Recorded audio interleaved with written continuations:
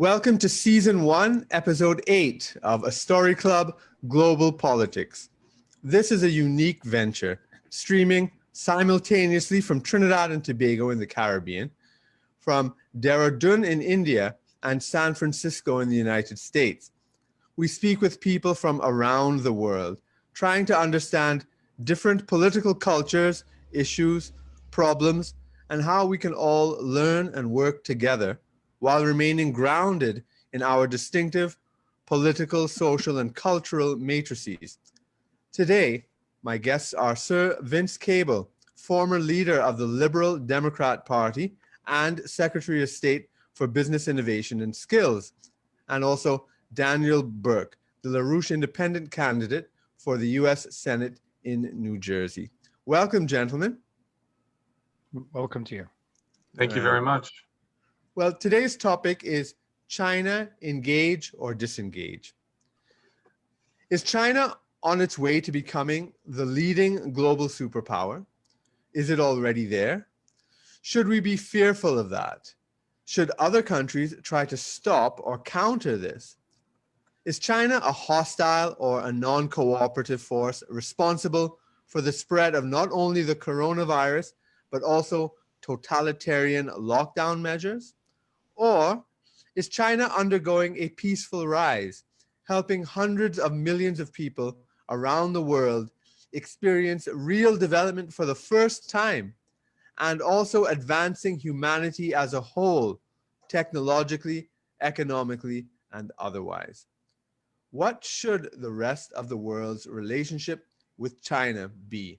Europe, Britain, the US, India, Africa, the Muslim countries, even its allies, Russia and Iran.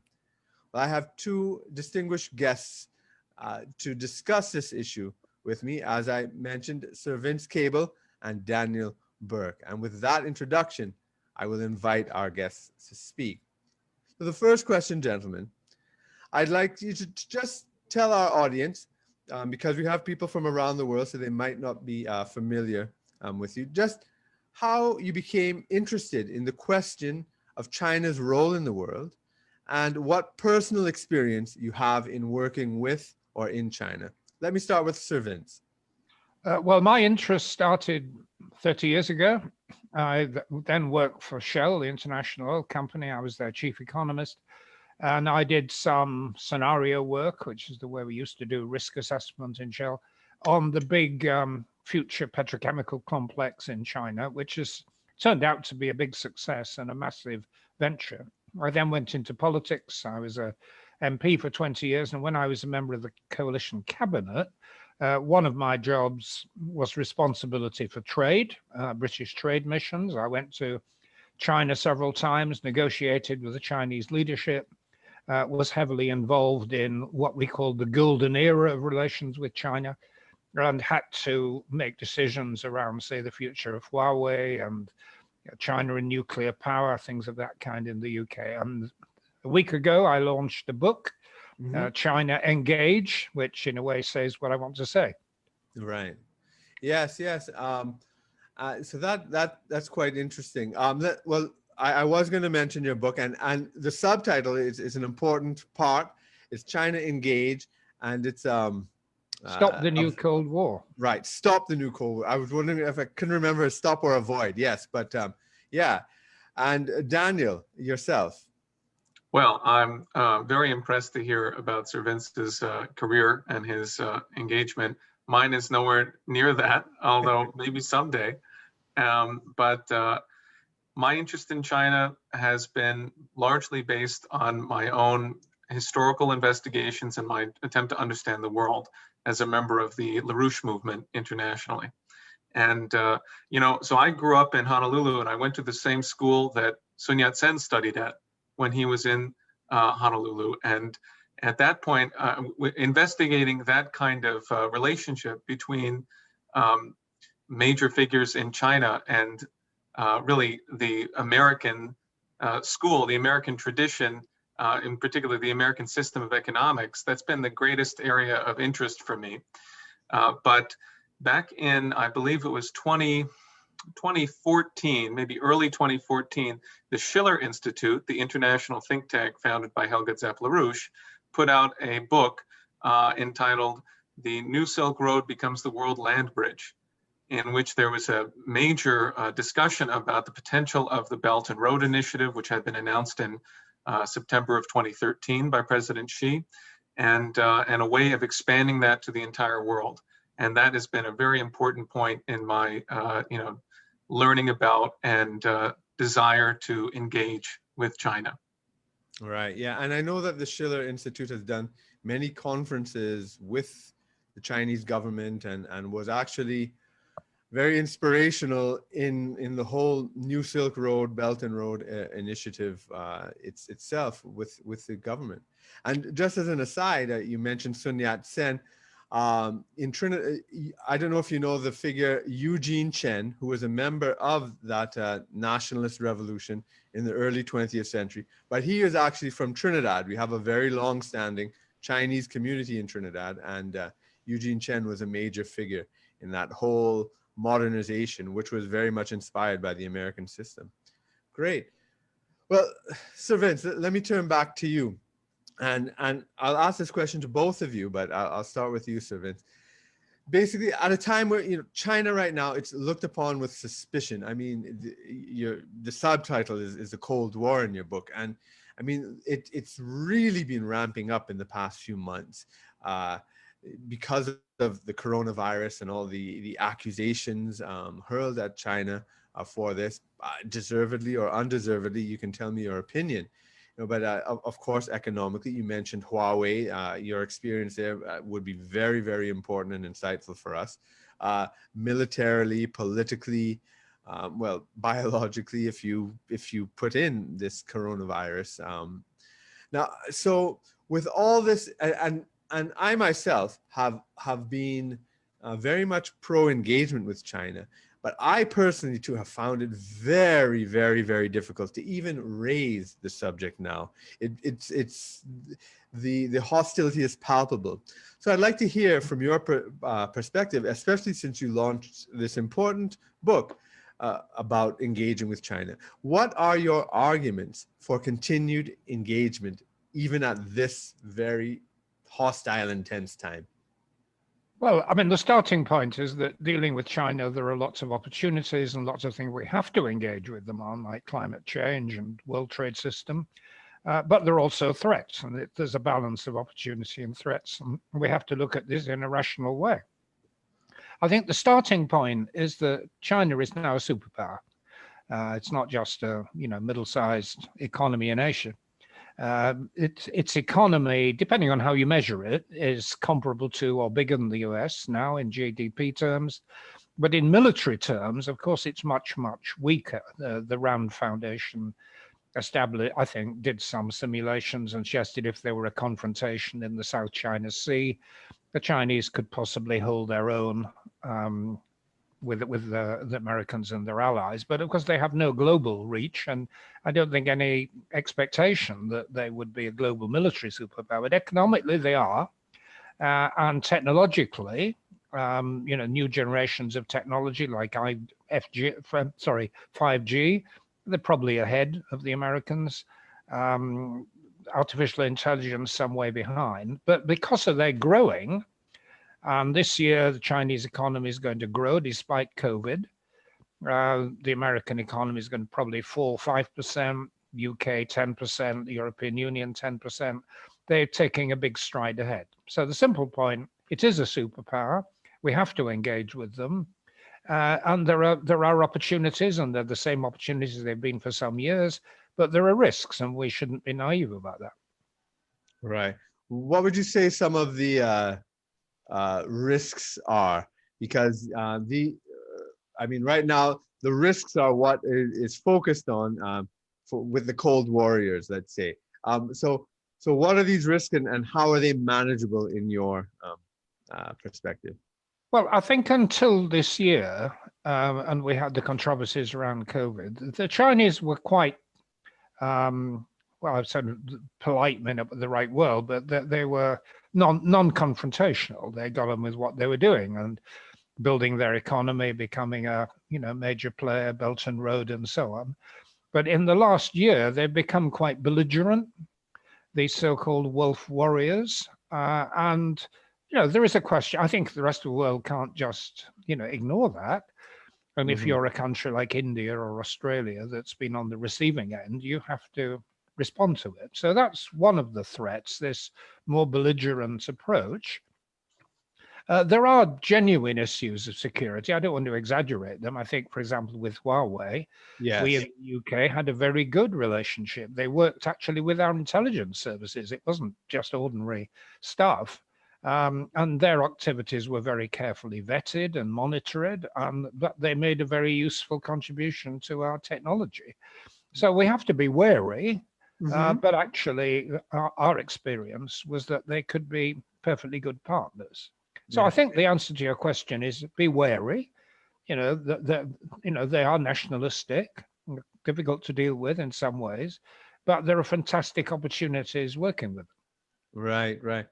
I wanted to ask, especially since you're an older person in terms of your experience. I experienced the end of the Cold War, but not the beginnings. With the Soviet Union, I'm talking about.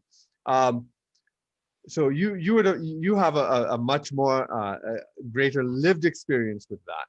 So and you had the hawks during that time. You had the debate over what should the West's relationship be with the Soviet Union. You had people who argued for cooperation. You had people who argued for confrontation. And I suppose at the end of the Cold War, people were saying that the Reagan-Thatcherite confrontational model was perhaps the better. That's one argument. How similar and how appropriate do you see those arguments in those days with the Soviet Union to today with China? They're totally different. And I think this is where a lot of the problems come from. People are drawing parallels. China is nothing remotely like the Soviet Union. I mean, it's called a communist country, but actually it's probably the most successful capitalist country in the world. The best description of its system is state capitalism. But they have a very, very live business culture. They have more venture capital companies than the United States. Their markets are ferociously competitive. They have world-beating companies. They are a capitalist country, not like the old Soviet Union, which of course collapsed because its economic system didn't work. And the focus of Chinese policy has been, since Deng Xiaoping took over from the Maoist era, has been overwhelmingly concentrated on economic advance and raising living standards and making China a great economic power. And that remains, in my view, their main objective. They have built up their army and their navy, but they are predominantly concerned with economic development. Again, quite unlike the Soviet Union. And unlike the Soviet Union, it's a more open country. Now, they do have censorship. They have the Great Firewall, which is blocking some social media. But, if Chinese people travel abroad, hundreds of millions of them, they're open to ideas, hungry for knowledge. Tens of thousands of them come to the UK to be educated in Australia. It's a very different kind of society from the Soviet Union. We shouldn't treat them the same way. Right, good. And now, Daniel, let me turn to you. With all this rising hostility getting worse and worse, and in the United States from your side too, just tell us about that and what are your arguments, particularly in your context, where it's part of the election cycle and the election debates and issues which you're involved in. Yeah, I sympathize with you in saying that it's difficult to raise this with people. I went to a lot of Trump rallies over the past year, of course, not since the pandemic, regrettably, and I spoke to many Trump supporters about the potential of a collaboration with China around mutual aims. For example, President Trump made one trip to New Jersey, and I went there with about 25 of my volunteers, and we had a huge sign that said, emergency peace summit. This was in late January between Xi, Trump, and Putin, which was an initiative that had been launched by Helga Zepp-LaRouche. And also you see it, a similar concept being presented by Vladimir Putin, president of Russia, in his comments calling for a G5, or for a, it's what he's called it recently, repeatedly calling for a summit of the members of the Security Council. And when I spoke to people about this, was that they were not so completely opposed to it. They were open to the notion that the principle of defending the United States interests against policies of globalization, which have been imposed by financial powers of Wall Street, City of London, and mega speculators, that this kind of destruction of U.S. industry and manufacturing capability that's happened over several decades is not actually caused by China. It wasn't that the Chinese came over and stole, our jobs, or, for example, that the Chinese picked up our high-speed rail and took it over to China. That didn't happen. So rather, that there has been a disintegration, an intentional disintegration of our own economy by people who are imposing a neoliberal order upon the United States, and we should reject that and overturn that, and we can do that in a way that is collaborative with China. But to your question, I have a couple of maybe three major responses. Mm-hmm. One is that on account of the fact that we do have that decades-long process of degradation of the productive economies of the United States and Europe, if you look at, for example, manufacturing jobs on over the past 30 years, you'll easily see this. I think that what we're actually looking at is a major potential breakdown of the financial system, and it would be really accelerated, in fact, by what's happened over the past 6 or 7 months, where we've had incredible money creation at the Federal Reserve and collaborative efforts at the major central banks of the world, particularly Bank of England, the European Central Bank, the Bank of Japan. And it's my view, based on my study of Lyndon LaRouche's economics and his forecasting, that this policy is taking us towards catastrophe. Now, with that in mind, we have to have a partner. We have to be able, if you're going to reorganize the world financial system the way that we did in 1944 with the Bretton Woods agreements, it's going to have to be between the United States and China, as well as others. But it's certainly impossible to do it without the US president and the Chinese president sitting down and carving out some agreements. So that's my first point. Secondly, I think that actually flows into the next issue, which is that around the world right now, we're seeing famine of biblical proportion. There are millions of people endangered, such that you could have, we really do have the worst humanitarian crisis since World War II. And food aid is desperately needed. There's been a reduction in Yemen alone from 13 million people receiving food aid down to about 9 million just in the space of about a year. And these things need to be reversed if we're going to not merely feed the people who are presently starving, but also create a durable, a continuing process of industrializing and developing these developing nations, giving them the ability to do it for themselves, so to speak, then we're going to have cooperation. Former President Jimmy Carter said something, and which I actually agree with, which is that the best place for U.S. and China to collaborate is in the development of Africa. So that's one. The second thing is that we need to solve the problems. And finally, I would say it's definitely civilizational. In other words, we have what I would call a major cultural degradation happening in the United States and in Europe, where the classical foundations of our civilization are being forgotten, and they're not being really dealt with. And instead, we're going into a kind of an ultra-liberalism. So in China, on the other hand, there's been a revival of Confucianism. There's been, an actual discussion of the founding conceptions of their culture, and particularly those that deal with the idea of harmony among nations, among people, and in a society.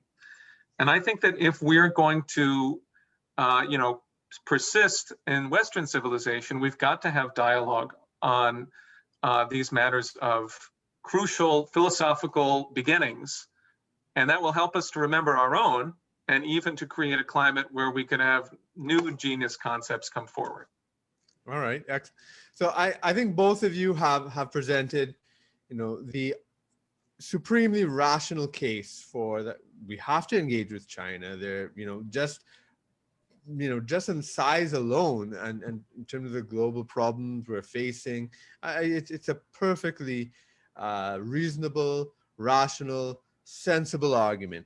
Unfortunately, as both of you know, politics is much more than reason and sense, and it's emotion and irrationality and all these other things that come into play.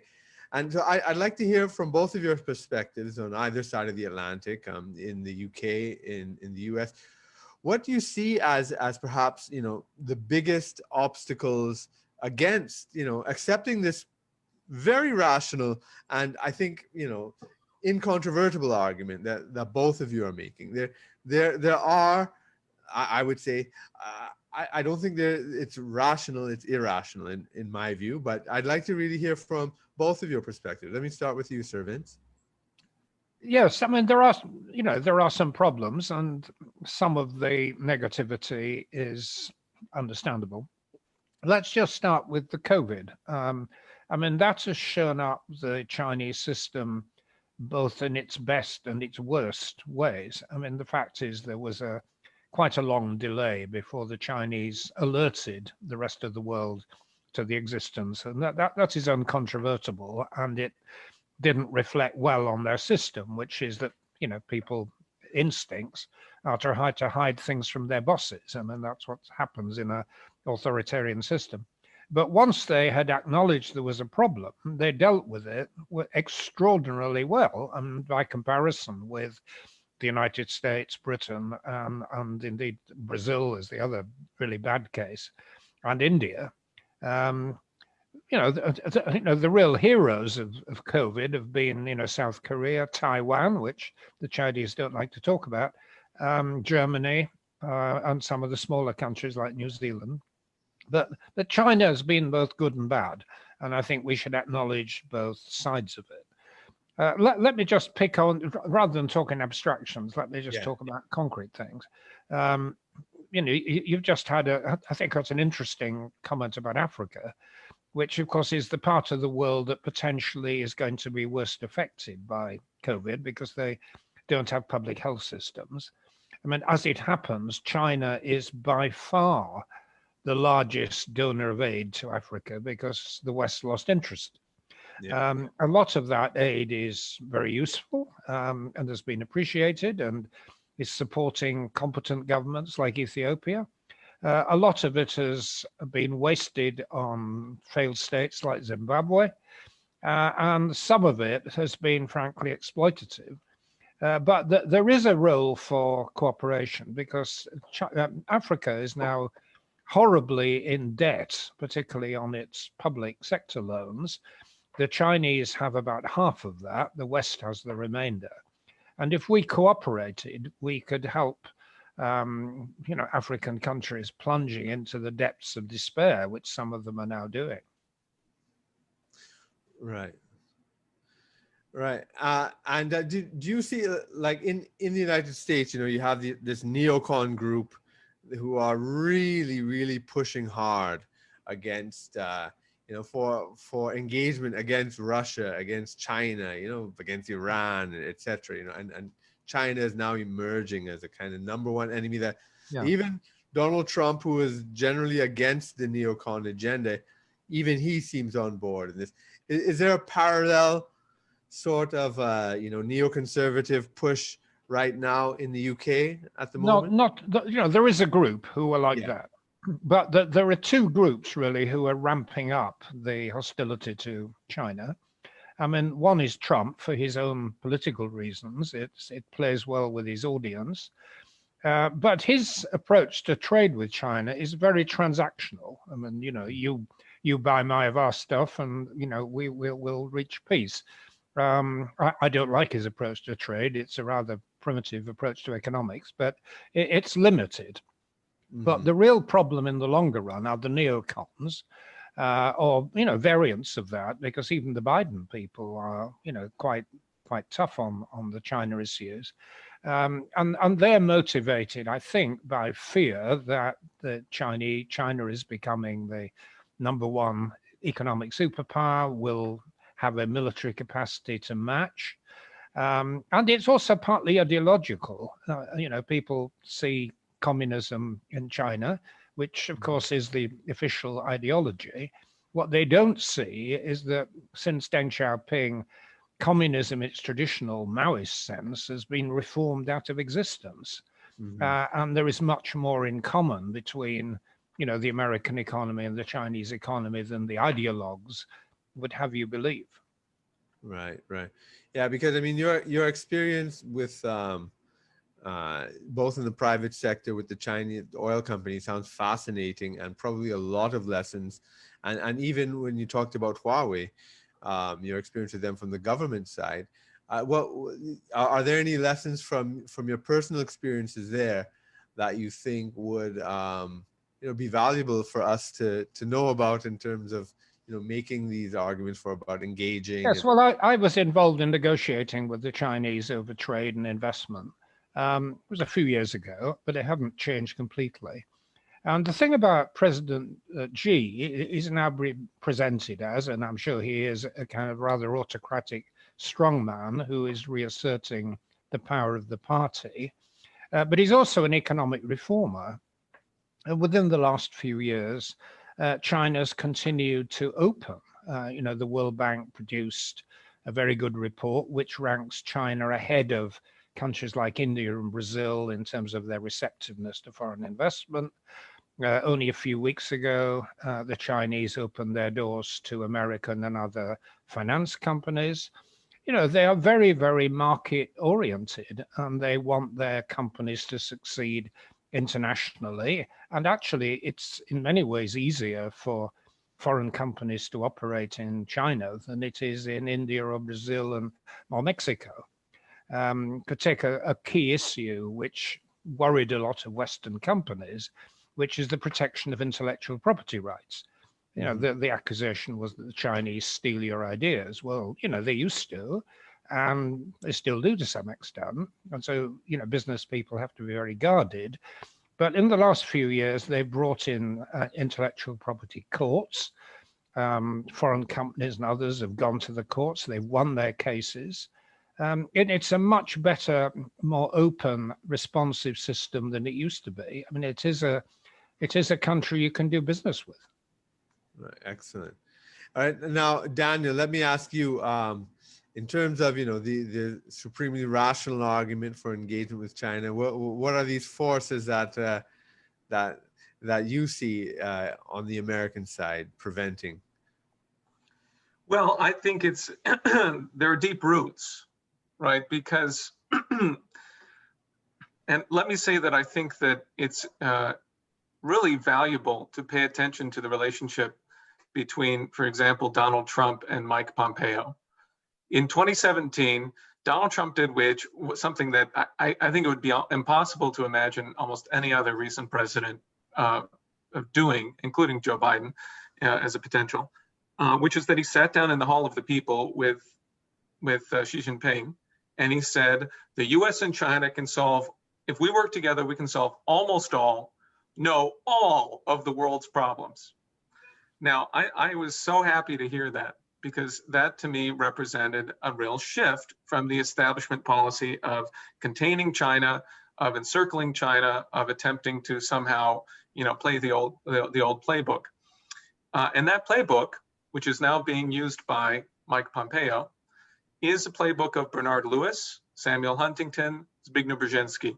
Yeah. You know, it's the policy of clash of civilizations, Yeah. which became huge in, you know, in the period, you know, after 9/11 in the United States among the neocons. But it's an assumption about the nature of our system, our world system, our species, that we live under a kind of a framework of geopolitics, sort of in perpetuity, that nations are necessarily opposed to each other, especially great powers have to be opposed to each other. But this is an ideology that is used in an exploitative way to try to, you know, play the third role, in which nations are pitted against each other, and who benefits are the same neoliberal, you know, well, the financial oligarchy, essentially, the supranational financial oligarchy that is known by the name the establishment or the military-industrial complex. It's my view that that's what we're dealing with, and that's really the ultimate problem, is that system. And therefore, if you want to change that, first of all, we have to acknowledge that that's the enemy. And I would posit that the Henry Jackson Society in the UK and also Neil Ferguson, Dr. Neil Ferguson, are part of that same nexus. You know, Neil Ferguson's commitment on the basis of his writings is to Henry Kissinger, it's to the British Empire, it's not to the progress of mankind. And he is responsible for the lame lie, which was disproven by Canadian professor Daniel Bell, that the Chinese sent plane loads full of infected people out of Wuhan all across the world, which to my great dismay has been repeated by Donald Trump repeatedly, and by his advisors in particular. But this guy, Neil Ferguson, is to my mind a certain kind of a representative of the kind of problem that we have. Because if you were to change the State Department in the United States, so we're no longer, you know, following this kind of imperial game plan that we see from Brzezinski and so forth, the students of William Yandell Elliott, then what we would change it to would be a real American conception, as represented by John Quincy Adams, which is that nations, states can work together for common benefit into the future. Right, right. So there was another person that I would have liked to have in our conversation as well, but he's in Singapore and it's midnight there, and he just wasn't able to do it. His name is Parag Khanna, and he has an excellent article. I thought that was very interesting that I'd like you guys to comment on, and it's called "Has China Peaked Already?" And he talked about China studying the rise of great powers throughout history. They had this huge television series, you know, with some of the top scholars, really analyzing the historical rise of great powers throughout history, what contributed to their rise, and he actually summarizes it in a very, very interesting and plain speaking way that I've never seen it so bluntly said. And he's saying China has clearly followed the documentary's lessons to a T. Practice import substitution, force technology transfer, amass currency reserves, hoard precious metals, deploy merchant fleets, lend prodigiously, install infrastructure far and wide, build a powerful military, protect your supply chains, buy off elites in colonies and client states, and so forth. You know, like history is a game of risk. His argument is interesting that that everybody is seeing this though, and that there are moves to undermine it before it even peaks. So it's an interesting way of looking at it. That is not simply as a circular replay of history. But the reason why I raise that too is that we do have a lot of listeners and audience from India, and recently, so we've been talking about US and the UK, and recently with the border in Ladakh, and the Chinese incursions and loss of life, India now has become very, very, very hostile to cooperation with China, and they seem, the administration there seems to be falling in line with the American neocons. I'd just like to know if what your reflections on that are, and what you'd like to share about it. Sir Vince? Yes, well, start with your first point about the Singaporean. There is actually probably the best book on modern China, which has been written by another Singaporean, Babu Bini, which is Has Yes. China Won, which is a wonderful book and absolutely spot on in my view. But in relation to India, I think the Chinese have actually made a mistake. I mean, you don't, the old thing, you don't fought wars on several fronts. There was no reason to pick a fight with India at this stage.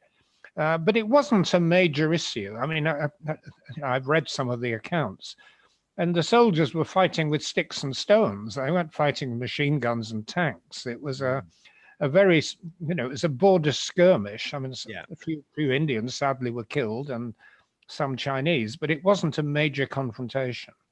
And I think the bigger point is that despite the alarms that the neocons are generating, there's very little sign of the Chinese wanting to do major military expansion. I mean, a much more tense issue than India is Taiwan.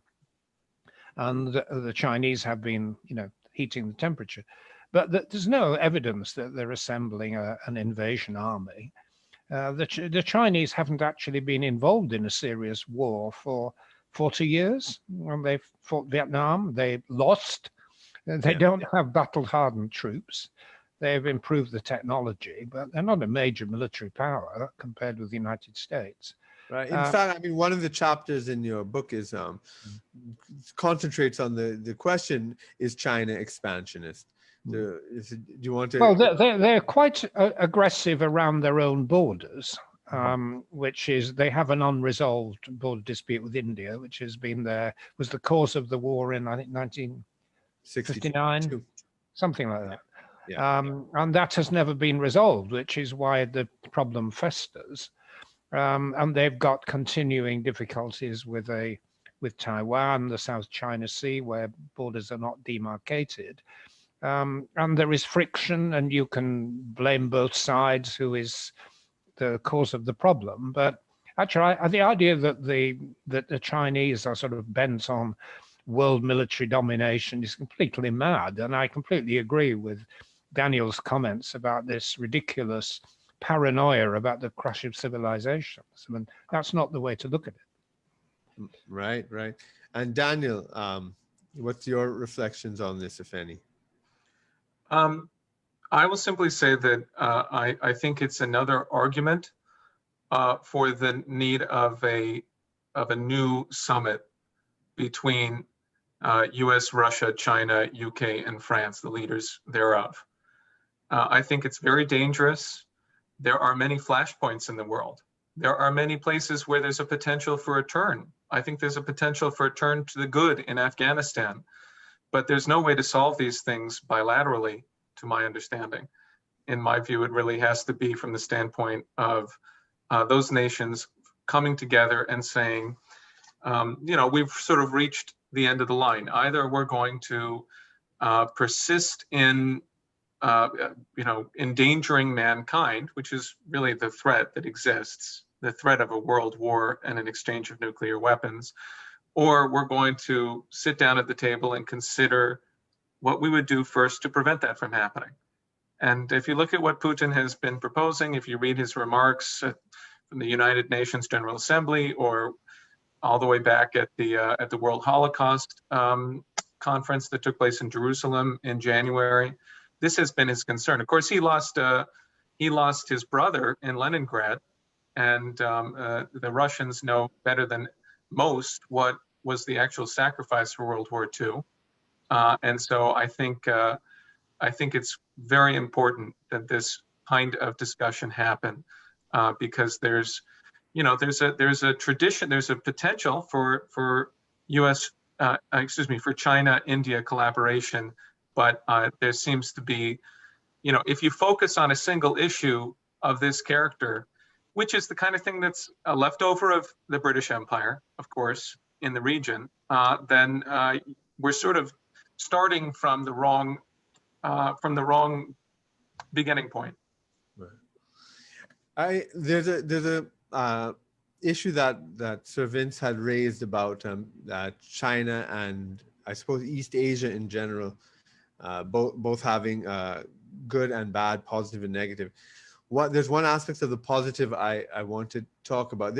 I don't hear it being talked about much now, but certainly a few months ago during the initial phase of coronavirus and the responses, people had raised the issue, which I think is an important long-term issue, about the types of models of government. And I think Kishore Mahbubani talks about this. He's been talking about it for decades. And in Asia, whether it be capitalist or communist or mixed, or there's a level of trust between the population and the government that makes certain types of actions there impractical and impossible the further west you go. Because I would say the UK, Europe has a bit more. It doesn't have as tight a bond as, say, the East Asian governments and their populations, but it is still more than when you go across to the Americas, where there's hardly any trust between populations and governments. And that, I think a lot of times when Westerners observe governments, particularly in East Asia, they see it as totalitarian without understanding the cultural matrix, that it's not necessarily for us. Maybe it might be for us who live in the West. We might not want to live in a system like that, and we don't trust our governments in the same way. But it really is a culture there that's quite different. I don't know if you agree or disagree, or what sort of comments you have. I'd like to hear them. Sir Vince? Well, there are different countries in East Asia with very different ways of doing things. I mean, Japan is a functioning democracy, though one party's dominated it. Singapore is a highly successful, but it's a one-party state with token opposition. Korea and Taiwan have vigorous democracy and competitive elections. China, again, is different. I mean, what's essentially the Chinese model is that the public leave the Communist Party running the country, and the deal is that the party delivers economic prosperity, which until quite recently it's been extremely good at doing. So there is a kind of pact with the government and the people.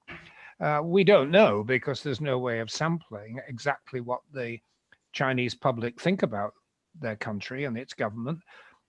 People like Pew, who've done opinion surveys in China, suggest there is quite a high level of trust. I'm sure people would like more freedoms, but they have stability and they have economic progress. And as long as the ruling group deliver that, China seems a pretty stable place. I'm not quite sure what the West wants when it says, China should become a democracy. I mean, what are they wanting? I mean, I think one of the arguments that you could make is that actually the Chinese communist rulers, do us a favor, because if you opened up Chinese politics, you might well find bubbling up all kind of extreme nationalism, based on a reaction to their history, which is, a very bad one in the 19th century, bad treatment by Western powers. And in a way, the rulers keep a lid on it. And you've had, pragmatic people like Deng Xiaoping and his immediate successors, who have largely operated as pragmatic people, concentrating on economic policy. As long as that remains the case, I think we're reasonably safe. And Daniel? Well, when I talk to people about my campaign, I talk to them in my constituents, my would-be constituents here in New Jersey, and people all across the country. I say to them, I'm 34. I was in high school when the trade towers were hit, and then we had war, and more war. And now, I mean, but they're actually sending people to Afghanistan in the US military who are the children of people who served in Afghanistan in the same war. And my daughter, I have a daughter who's 2, and I have another one coming, which I'm very happy and proud about, and a boy coming. And thank you. And if the policy of NASA presently is successfully presented and successfully pursued, then in 2024, we'll have Americans walking on the moon again. And that's going to be a change. This was Space Directive 1, which was signed by Trump. And it's going to be a huge change in sort of the self-image of the American citizen, an American child, really. And I think that if you look at China, I mean, I love this incredible report that in about 3 years in the early 2010s, they used more concrete than the United States used in the entire 20th century. You know, if you live in China, then you have seen growth, growth, growth, growth, growth. You've just seen incredible things happen. You know, you've seen people come out of poverty. Every road, I mean, every town is paved. Every town has electricity now. And of course, this is the year where they're attempting to completely eradicate extreme poverty. And it appears that they have achieved that according to the standards that were presented. So I think that, you know, if there's, I can only assume, also on the basis of my conversations with Chinese people, that there is a much deeper sense of that the future state of the coming generations is in some kind of capable hands. Whereas in the United States, you know, my generation, the millennials, we're the first generation to have a worse off economic condition than our parents. And that's quite obvious.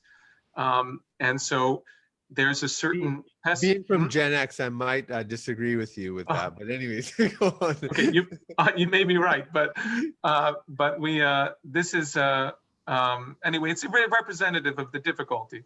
So I think that the main that can be changed here in the United States. It had better be changed quickly, otherwise we don't have much of a future. Yeah, I suppose one of the last question to sort of close this off is I'd like to know whether, because there's some debate as to what role China has right now. Are they the top economy? And when you look statistically, it depends on what statistics you use, what measurements, PPP or market exchange rates, etc. But do you, I suppose, do you actually see China becoming the top global power or not? And is there any reason to be fearful of that? And how do you see the whole this whole coronavirus episode changing or altering that trajectory of what people have called China's inexorable rise, either joyfully or fearfully? Sir Vince? I think the likelihood is that by mid-century, you know, China will be numero uno. You know, you know, we'll have to be careful. You can't just extrapolate from the past. But as Daniel said, they've been through this phenomenal transformation, lifting hundreds of millions of people out of poverty. They're now a middle-income country. And I think it's a reasonable working assumption that they will go from being a middle-income country to a developed country. And 1 billion people in a developed country makes them, by some way, the biggest economic power in the world. And I think that's a reasonable expectation. I mean, it's not certain. I mean, there are things working against it. The aging of the Chinese population, the labor force is falling, they're short of young people. That's a drag. All this infrastructure investment left a lot of debt in the corporate sector. They're managing it, but it's, you know, whether they'll continue to switch to a consumer-based economy, it's still very much in the balance. But you're asking me where I put my money. I would put my money on them being number one by the mid-century. Right. And do you see this coronavirus issue? How do you see it playing off in that story? Actually helping them, Well, it is obviously helping them as long as they continue to have a grip on it. I was speaking to people in Beijing a few hours ago, and they said, you know, life is normal. People are going back to offices and factories. They walk in the street. There's no more social distancing. They're traveling freely. If they can keep control, and if you remember a couple of days ago in the city of Qingdao, they found 12 cases and then tested 9 million within a short period of time. I mean, they have this extraordinary competence and capacity for handling this. And if they continue to power through this crisis, then it will give them an enormous advantage of the rest of the world, particularly Europe and India, which have been so badly hit. Right. And Daniel. Well, I have something, I have a rather, well, I want to go right into it, okay? It's my view that since the coronavirus, you know, there's a faction of people in the United States who have done everything possible to try to push for decoupling. And they know that, in other words, they've been doing it all along, but they're using the coronavirus as an excuse for doing this. And I think that Trump has gone along with a lot of it out of a kind of a need, a political need that he's pushed into because of the fact that there was a vicious campaign to remove him from office, from both from FBI, CIA, and from MI6. You know, so Christopher Steele and Sir Richard Dearlove were involved in this type of operation and have been involved for a long time. But it's also James Brennan, or rather John Brennan, James Clapper, these unelected intelligence officials who have spied. They got rid of General Michael Flynn, who committed absolutely no crime. And so Trump has been a really difficult situation, and he's constantly pressed to be more of a hawk. Constantly pressed, even though it is true, he's the only president, his first president since Ronald Reagan not to start a new war. And but he's constantly pressed to be hard on Russia, to be hard on China. And I think he's somewhat he's used China, the China issue as an electoral, you know, gambit. And, you know, I wish he had not done that. I think it was a wrong decision. But there are people who have sort of pushed him in that direction. I think that if we end up with a Biden presidency, it's become very clear that all of the policies that you get from Pompeo are going to persist. If you look at the reports from like Michelle Flournoy, who's likely to be Biden's defense secretary, I believe, she has said we should just go in and sink a bunch of Chinese warships in the South China Sea to show them who's boss. And this kind of outlook is just consistent with what Pompeo has been doing. The only future I see is if Trump is the real like potential in the near term is if Trump is successful and he gets rid of Pompeo the way he got rid of Bolton, and he goes to a positive approach. And the reason I framed my response to this question from that standpoint is that I think that if the United States and the West generally continue to decline, continue to pursue a policy of which could be called neoliberalism, it could be called the continuation of the British Empire today. Mr. LaRouche would have called it the Anglo-Dutch liberal system. If we do not reject that kind of policy and instead return to a real American system policy of dialogue of civilizations, of collaboration around mutual benefit, then yes, China will come out on top, but we could have a world war. Yeah. If you see what I mean. So in a certain sense, like all things being equal, if we continue down this path, then yeah, China's going to be top in my view in a short amount of time. But we might go into a real global disaster. And so that's my honest view, and that's why I'm politically active, is because I'm trying to work with people to pull the reins in the United States into the right direction, which would be engagement, collaboration. And it would mean that some of these intelligence operations, which is what I think they are, like, for example, the Falun Gong was extremely active in New York City area and in New Jersey, in New Jersey too, but across the country. They work with Steve Bannon and the Epoch Times. And the claims that are put forward against China, like those made by the Falun Gong or like those made about Xinjiang, are from my study, they are essentially fabrications. Right. And there is no hard evidence, for example, of the wildest claims of the Falun Gong. And there is, and you know, the people who are reporting on 1 million people in camps in Xinjiang are providing no hard evidence, and it's clearly geopolitically motivated. So these are things I worry about, and I hope we can rebuff so that there can be any kind of a stable world. And then if China's on top in that stable world, or they're the most productive country in the world, then as long as we're all alive, I'm okay. Well, gentlemen, we have to bring the program to a close. I want to thank you. But before I go, I just want to talk about what both of you are doing, important things. Sir Vince, you have a new book out, China Engage, which actually motivated this discussion. And in another forum, we will have a deeper discussion about your book. But do you want to share a few words about it with our audience? Yes, I was keen to get this book out in a hurry because of, in its sense, the background to our discussion that there's an American presidential election in 3 weeks, could change the world for better or worse. And China, in a way, is to use the expression, the elephant in the room. And I felt it necessary to try to sort of pull together what I thought was the evidence around it. Here in the UK, to a less extent in Europe, I mean, Germany is probably the most balanced country at the moment. A lot of paranoia, a lot of this war of civilization stuff. Well, the Europeans are less motivated than in the United States on this, but it's growing. And I felt that I needed to put the arguments in a more perspective. Right, and that's called China Engage, Avoid the New Cold War by Vince Cable. It's published by Bite Size Books, available on Amazon and bookstores, etc. Correct.